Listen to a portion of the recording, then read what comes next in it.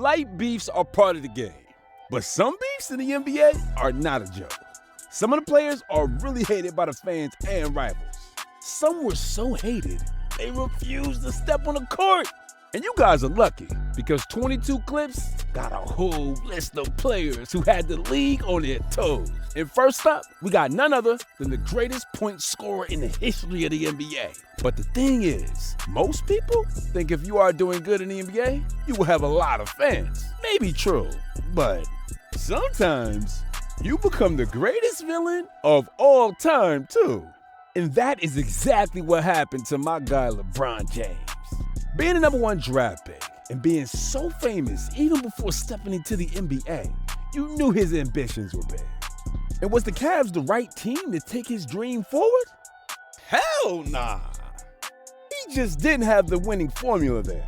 Cleveland lost the 2007 NBA Final to the Spurs, and then went on to get knocked out in 2008 against the Celtics, and against the Magic in 2009. And the Celtics again in 2010.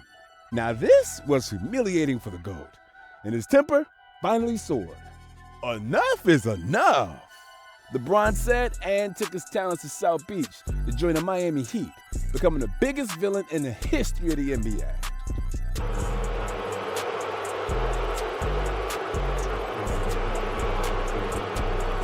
Dude was hated by the entire state of Ohio. In his first game back against the Cavs, he was getting death threats and fans were banned from the stadium. That is some next level hating. But all is well that ends well, I guess, as LeBron finally got his hands on the prestigious Larry O'Brien trophy. Yeah, LeBron may have switched teams to win, but what about KD? He literally joined the team that humiliated him 1 month ago.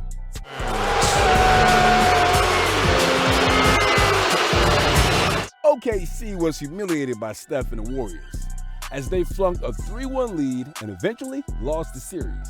And Durant, instead of making amends and try to get back to winning ways, left them to join the Warriors. And no one loved the move, from the fans to the pundits. And the dude got so much hate for it, he actually had to make his own burner account to defend himself. But why was he getting so much hate? Because he was not following 22 Clips, y'all. Okay, but seriously, the guy was called all sorts of names, like a coward for joining a championship team and choosing the easy way out. And the guy has had enough of the trash talk. He hit back. He made a burn account to defend himself on Twitter, and he used it to openly call out fans, until one day he made the greatest mistake of his life. He forgot to switch accounts. And although he did delete the tweets from his official account, it was too late by then. Everyone knew what KD had been doing in his free hours. Yeah, buy a PlayStation, KD, and don't take things to heart. And you guys? Think twice before calling KD out. Who knows? You may get a special mention on Twitter. Well, KD has had an aura. He makes you hate the players around him as well. Just take Kyrie Irving as an example. You either die a hero, or you live long enough to see yourself become the villain. And Irving did the latter. You see, when he was playing for the Cavs, he was a hero for so many. With LeBron leaving them, Kyrie was seen as a breath of fresh air. So when LeBron came back, the two became one of the greatest duos of all time. They stopped the Warriors from winning the championship in 2015. This is how good they were. But Kyrie wanted to move on. He wanted to get out of LeBron's shadows, and he did, joining the Celtics in 2017. And he was so loved there as well, he was a fan favorite until he left them for the Nets after just 2 seasons. And the tide shifted very quickly. He showed one of the Celtics fans the middle finger on his return. This is how bad the relationship got. He went from being the most loved to the most hated player in a matter of months. But things were yet to get bad. Not getting the COVID-19 vaccine meant that he couldn't play away games, so he started missing so many games. And on top of that, his team got swept aside by the franchise he had left and was beefing with. Honestly, if it was me, I would have taken retirement. But Irving decided to make his life a little more difficult In the next season, he got suspended for posting an offensive video on social media. He got banned for 8 games, and more bad news followed. His relationship with the Nets soured.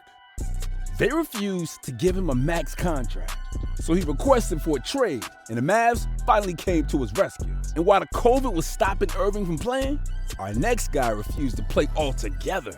And the reason? It is so bizarre.